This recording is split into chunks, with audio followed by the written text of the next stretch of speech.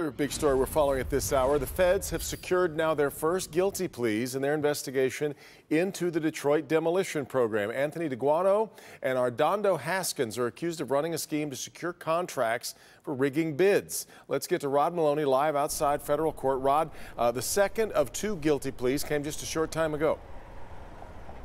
Yeah, you know, the Haskins plea was particularly important today in that he started naming names in this case. He named Rich Adamo from Adamo Demolition and also a Richard Berg from a company called ESS. He said they were the ones that paid him in this scheme.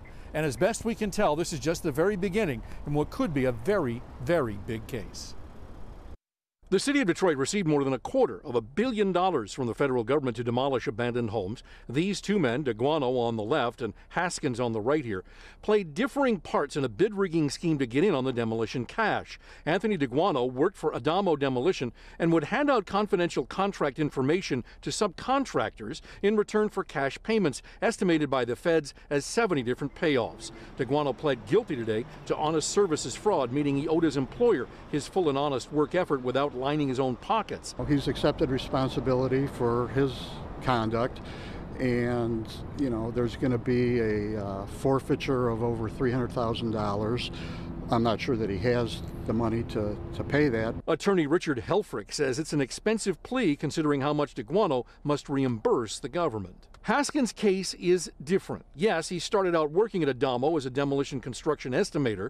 He then left Adamo and went to work for the City of Detroit Building Authority, overseeing demolition contracts. He admitted to taking about $25,000 in bribes for confidential contract information and giving it not only to his boss, Rich Adamo, while he worked for him, but also giving information to subcontractor ESS while working for the city.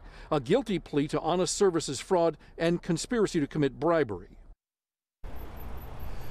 Now, both men are expected to serve prison terms. It looks like they'll serve something between 2 years and 2.5 years if all goes as planned with this plea deal that they both pled guilty to today. In the meantime, the attorney for Haskins did say that every time he spoke with prosecutors in this case recently, there would be at least half a dozen attorneys there, many of them from Washington, D.C. It is his impression that there is something very big brewing, and this could just be the beginning. Reporting live downtown, Rod Maloney, Local 4.